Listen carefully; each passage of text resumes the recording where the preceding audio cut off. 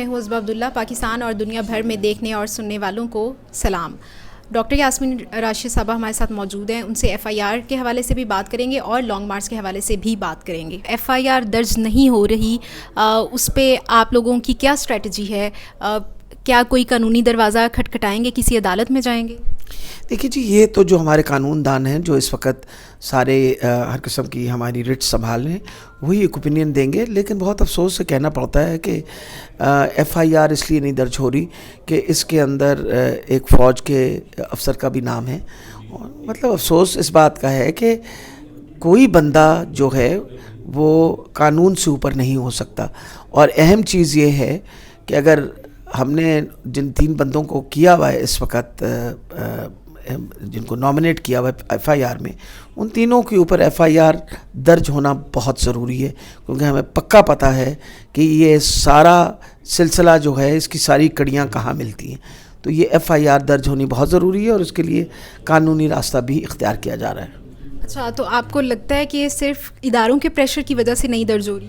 جی بالکل, ادارے پریشر ڈال رہے ہیں تو تبھی تو وہ درج نہیں کر رہے. اور آپ کا کیا خیال ہے؟ ہر ایف آئی آر جو وہ سوچتے ہیں ان کے مخالف چلے گی, اس کے اوپر وہ پریشر ڈالیں گے اور پریشر ڈالنے کی وجہ سے ہی ایک مسئلہ کھڑا کریں گے. تو آلریڈی نامنیٹڈ ہے کہ شہباز شریف صاحب, اپنا ثناء اللہ رانا صاحب اور جنرل فیصل جو ہیں, ان کے نام 3 نامنیٹ کیے ہوئے ہیں. اور میرا تو خیال ہے کسی کو بھی قانون کی حد سے اوپر نہیں ہونا چاہیے. اور سب سے بڑی یہ بات ہے, ہم بتائیں گے نا کیسے کڑیاں مل رہی ہیں. اگر ہم نہ بتائیں تو پھر علیحدہ بات ہے, انویسٹیگیشن ہو, اور انویسٹیگیشن کے بعد ہی پتہ چلے گا نا کہ آفٹر آل ایک اتنے بڑے لیڈر جو پاکستان کی اس وقت سب سے بڑی پارٹی کے لیڈر ہیں اور دنیا کی 6ٹھی بڑی پارٹی کے لیڈر ہیں, ان کے خلاف قاتلانہ حملہ ہو اور ہم ایف آئی آر بھی نہ درج کروا سکیں. اچھا, اور اب لانگ مارچ کیونکہ ریزیوم ہو رہا ہے تو اس کے حوالے سے کیا کہنا چاہیں گی؟ جو سپورٹرز ہیں ان کو, کیونکہ لوگوں کو لگتا ہے کہ خان صاحب کیونکہ پنڈی سے جوائن کریں گے تو اس طرح سے وہ کراؤڈ پولنگ اس طرح سے نہیں ہو. میرا خیال ہے سب سے بڑی یہ بات ہے کہ ہم سب کو اس بات کو سمجھنا چاہیے کہ ہم ایک بہت بڑے کاز کے لیے چل رہے ہیں. ہم چاہتے ہیں پاکستان میں حقیقی آزادی ہو.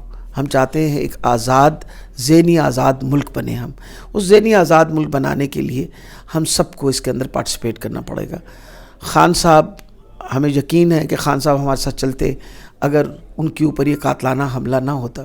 لیکن خان صاحب ہمارے ساتھ ہیں کیونکہ ہر روز وہ قوم کو خطاب کریں گے اور جہاں لانگ مارچ کھڑی ہوگی وہاں سے خطاب کریں گے. اور انشاءاللہ جب ہم راولپنڈی پہنچیں گے تو وہ ہمیں ریسیو کریں گے اور پھر ان کی قیادت میں ہم انشاءاللہ اسلام آباد کے لیے رواں دواں ہوں گے. اس لیے لوگوں کو یہ بات سمجھنی چاہیے کہ خان صاحب کی جو یہ عمران خان نے یہ جو موقف دیا ہے, اس سے زیادہ مضبوط موقف آج سے پہلے میں نے کبھی کسی لیڈر کو دیتے ہوئے سنا نہیں.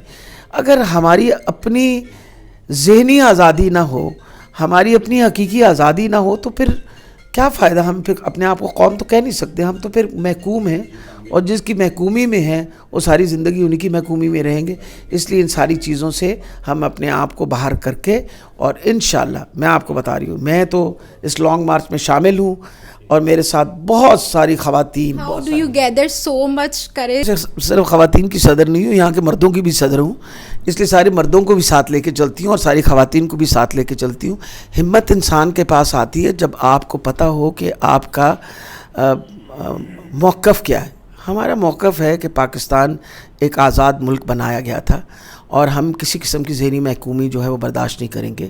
نہ کسی سپر پاور کی ذہنی محکومی ہم برداشت کریں گے, نہ کسی اور کی کریں گے. اور اسی وجہ سے ہم ایک بہت بڑے کاز کے لیے اس وقت نکلے ہوئے ہیں. اور میں اس بات پہ یقین کرتی ہوں کہ میں اپنی اولاد کے لیے ایک اچھا پاکستان چھوڑ کے جانا چاہتی ہوں. میں کبھی بھی نہیں چاہوں گی کہ ایک محکوم پاکستان ہو, جس محکومی کی وجہ سے ہم آج تک رل رہے ہیں. اگر صحیح لفظ استعمال کیا جائے کہ ہم مطلب اس وقت جو ہماری ملک میں ترقی کا کام تھا وہ ختم ہو گیا. اس وقت چوری چکاری, کرپشن, ہر طرف کرپشن کا بازار گرم ہے. ہمیں یہ چیزیں برداشت نہیں ہوتی. اور یہ جو ہماری حکومت جو ہے جس طریقے سے بیرونی سازشوں نے مل کے عمران خان کی حکومت کو ختم کیا. اس کو پبلک بالکل برداشت ہی نہیں کرتی. اگر برداشت کرتی ہوتی تو آپ مجھے یہ بتائیے کہ جو 8 الیکشن ہوئے ہیں ان 8 الیکشن میں خان صاحب نے 7 الیکشن جیت لیے. ہم یہ جو کرم کا الیکشن ہو رہا تھا ہم تو لانگ مارچ میں تھے, دھیان بھی نہیں تھا اس وقت, لیکن اس کے باوجود وہ جیت گئے. اور ان لوگوں نے الیکشن میں ووٹ دیا جن کو پتہ تھا کہ خان صاحب اسمبلی میں بھی نہیں جا رہے. اس لیے یہ جو لوگ بیٹھے ہوئے ہیں اور ان کے جو ہینڈلرز بیٹھے ہوئے ہیں یا ان کے سہولت کار جو بیٹھے ہوئے ہیں, ان کو سمجھنا چاہیے اس بات کو کہ قوم جو ہے وہ چاہتی ہے فیئر اینڈ فری الیکشنز, اور وہ چاہتے ہیں کہ جو الیکٹ ہو وہ پھر اس قوم کو لیڈ کرے. تھینک یو سو مچ. کہ ایف آئی آر کب درج ہوگی اور اس پہ بھی ہم آپ کو اپڈیٹ کرتے رہیں گے. آپ اپنا بہت سارا خیال رکھیے گا. Thank you so much and اللہ حافظ.